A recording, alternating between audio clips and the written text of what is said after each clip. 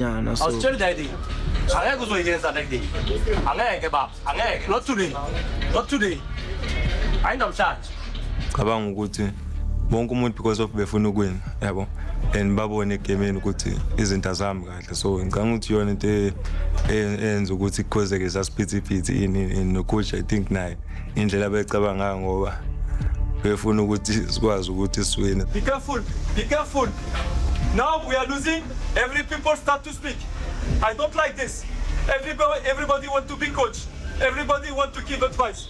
Be careful. What I'm looking, it's my team. I know that we can come back and we can win that game. The change room made the whole thing worse because it's so small and it's cramped. We are losing a game in a semi-final against Sundowns. It's the first experience as a group of us being under pressure of a knockout game with the new coach.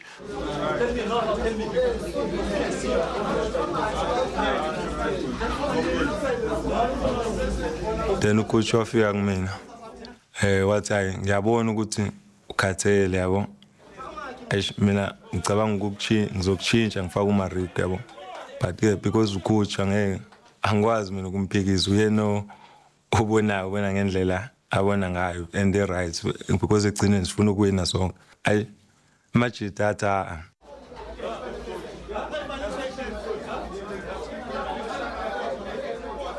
Kaskulozile Nchutai.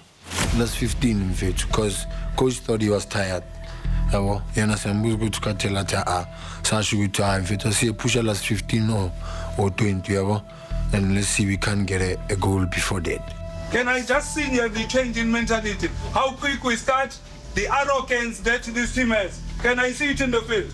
We can't just throw in the towel. You just need one goal to come back. For me, in moments like that, it's trying to get some of the key players, to get them to be calm, not only calm, but understand the situation. A goal for us changes everything. He can hit them from a mile. He can indeed, and that's a good passage of play from Orlando Party, expecting that. Yeah, I think the feeling, it was a bit of anxiety, you know, up there, but